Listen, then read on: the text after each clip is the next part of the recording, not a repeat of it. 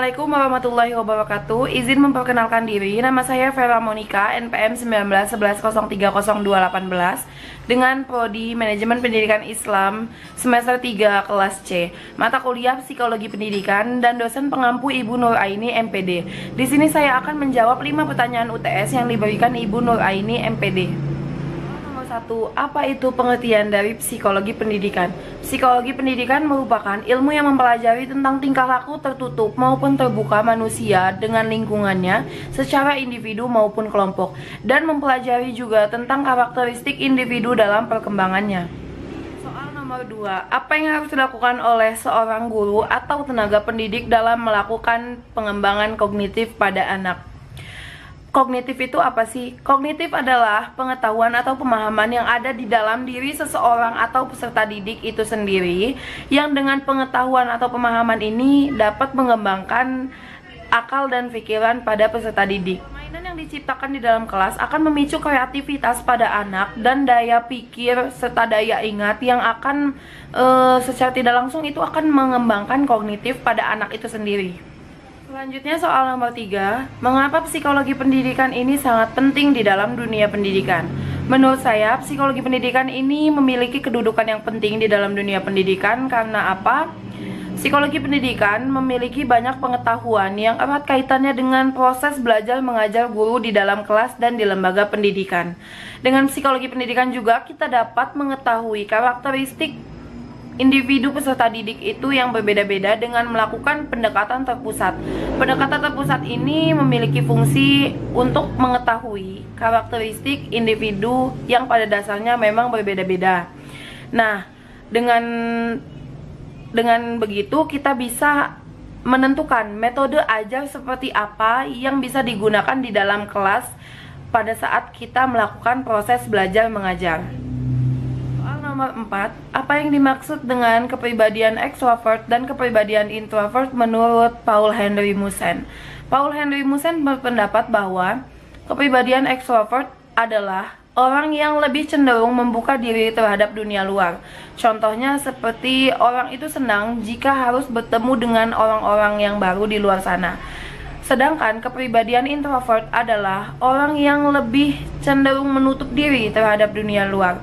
Contohnya, orang yang lebih memilih menyendiri di tempat yang sepi, yang jauh dari keramaian. Soal nomor 5, ada banyak sekali faktor yang mempengaruhi kematangan pada peserta didik. Di sini ada 13 faktor, diantaranya adalah yang pertama, faktor orientasi pada tugas. Faktor orientasi pada tugas adalah sebagai cara untuk mengatasi sebuah masalah dengan sebuah penyelesaian. Contohnya, misalnya peserta didik yang diberikan tugas oleh gurunya, dia akan memiliki rasa tanggung jawab untuk menyelesaikan tugas tersebut dengan sebuah penyelesaian. Faktor kedua adalah faktor orientasi pada ego. Faktor orientasi pada ego ini bisa dilakukan dengan cara adaptasi. Adaptasi secara psikologis adalah melakukan pertahanan. Nah, contohnya itu adalah misalnya seorang siswa yang memiliki orientasi yang tidak sesuai dengan apa yang diharapkannya. Keempat adalah faktor kepribadian. Faktor kepribadian memiliki peranan yang penting dan amat krusial di dalam proses pengembangan adaptasi anak. Kepribadian seseorang peserta didik itu berbeda-beda dengan yang lainnya. Contohnya, ada peserta didik yang mudah tersinggung jika pendapatnya tidak diterima oleh rekannya yang lain. Faktor kelima adalah proses belajar. Dimanapun dan belajar apapun itu, kita perlu melakukan proses belajar itu dengan baik.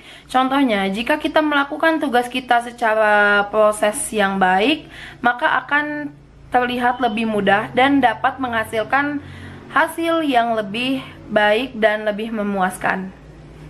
Yang keenam adalah faktor lingkungan. Faktor lingkungan juga mempengaruhi adaptasi seorang peserta didik. Contohnya, jika peserta didik tinggal di lingkungan yang kurang baik, maka peserta didik itu akan lebih sulit untuk menerima adaptasi yang tepat. Yang ketujuh adalah faktor agama dan budaya. Agama merupakan patokan yang sangat penting dalam pengembangan adaptasi peserta didik. Ini sudah sangat jelas. Contohnya, Jika peserta didik tinggal di lingkungan yang psikologis agamanya notabene-nya baik, maka dia akan lebih mudah untuk beradaptasi baik dengan lingkungan maupun dengan situasi yang cukup sulit. Kedelapan adalah faktor usia. Faktor usia juga bisa menjadi penentu pengembangan adaptasi yang baik terhadap seorang peserta didik. Contohnya, peserta didik mempunyai usia yang matang yang akan menjadi penentu kematangan jiwa peserta didik tersebut. Yang kesembilan adalah faktor pendidikan. Mengapa faktor pendidikan masuk ke dalam faktor ini? Karena pendidikan juga dapat mempengaruhi pengembangan adaptasi pada peserta didik.